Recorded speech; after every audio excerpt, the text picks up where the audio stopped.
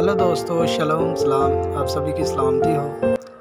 आज हम बात करने वाले हैं क्रिश्चियनिटी यानी मसीहत पर। दुनिया का सबसे बड़ा मज़हब माना जाने वाला मज़हब जो है मसीहत है, और दुनिया का सबसे पावरफुल मज़हब जो है मसीहत है आज। तो जब इसका आगाज़ हुआ और इसकी इब्तदा हुई तो सबसे दुख पाने वाला और दुख और तकलीफ़ सहने वाला मज़हब भी मसीहत ही है। आज से 2000 साल पहले जब इसका आगाज़ हुआ तो सबसे ज़्यादा दुख इसी मज़हब ने पाए हैं। तो आज हम इसी पर बात करेंगे, क्रिश्चियनिटी पर। दुनिया का सबसे बड़ा मज़हब मसीहत है।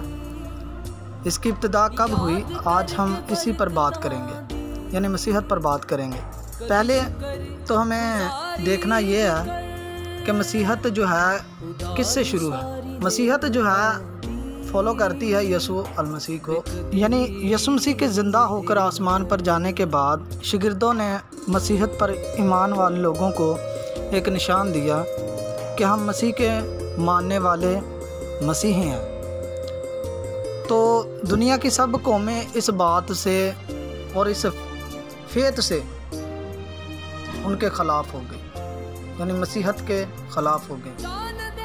उन कौमों ने मसीहत को इतना दुख दिया, तकलीफ़ें दी, उनको बेघर कर दिया गया, ज़िंदा जला दिया गया, सलीबों पर लटका दिया गया, उनसे उनके घरों से उनके बच्चों को निकाल कर कत्ल किया गया। यानी ये यसू मसीह के बाद ये सब कुछ हुआ। यानी आज से 2000 साल पहले, यानी तीसरी सदी के अंदर जो है ये सब कुछ वाक़यात हुए। 300 सदी के बाद जो है मसीहत जो है बहुत ही अपने म्यार पर आ चुकी थी और पावरफुल हो चुकी थी।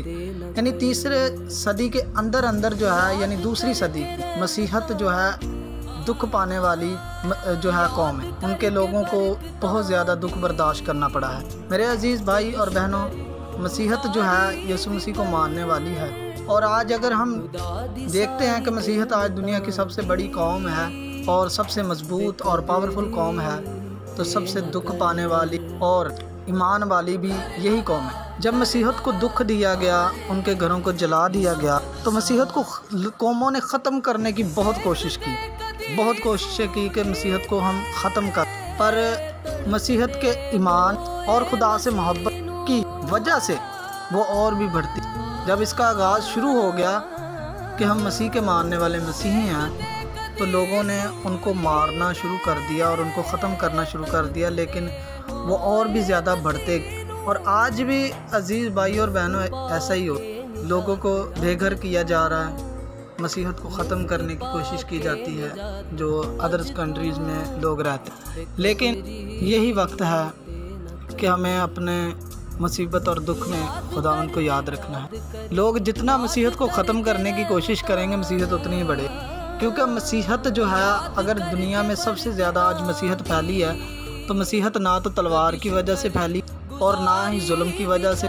अगर मसीहत फैली है और बड़ी है तो ये शागिर्दों के ईमान की वजह से और उस मोहब्बत की वजह से जो उन्होंने मसीह से की। उनको इतना जलील किया गया।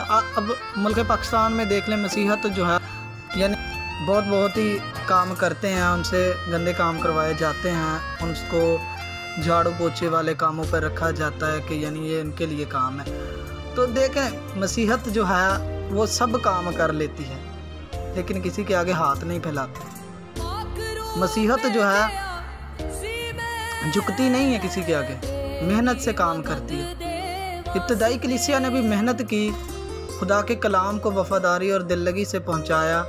आज से 2000 साल पहले जब यसू मसीह आसमानों पर गए तो शागिर्दों ने बहुत ही दिललगी और वफ़ादारी के साथ खुदा का कलाम पहुंचाया। और मसीहत आज ना तो जुल्म की वजह से, ना तलवार की वजह से, बल्कि खुदा से मोहब्बत और मसीह की मोहब्बत की वजह से आज दुनिया की सबसे बड़ी कौम मसीहत है। और लोग इस बात से जलते हैं कि मसीहत जो है दुनिया की सबसे बड़ी कौम है और दुनिया की सबसे पावरफुल कौम बनी।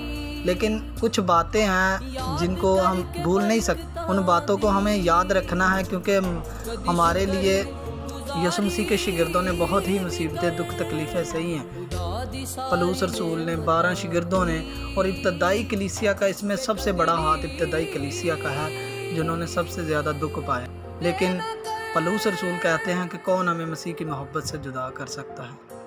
तो अगर पाकिस्तान या इंडिया में या कहीं पर भी मसीहत पर जुल्म होता है तो आपको घबराने की ज़रूरत नहीं है, क्योंकि मसीहत जितनी ही मसीहत को दुख दिया जाएगा, मसीहत उतनी ही बढ़ेगी। क्योंकि यीशु मसीह ने कहा, जब तक मेरा कलाम दुनिया के कोने कोने तक ना फैल जाए, मेरा आना मुमकिन ना होगा। तो खुदावंद आप सबके साथ, खुदावंद आप सबको अपने नाम जलाल के लिए इस्तेमाल करें। तो मसीहत जिंदाबाद है और ज़िंदाबाद रहेगी, क्योंकि यीशु मसीह जो है अपने फ़र्जंदों को लेने के लिए ज़रूर आएगा। खुदावंद आप सबके साथ हो।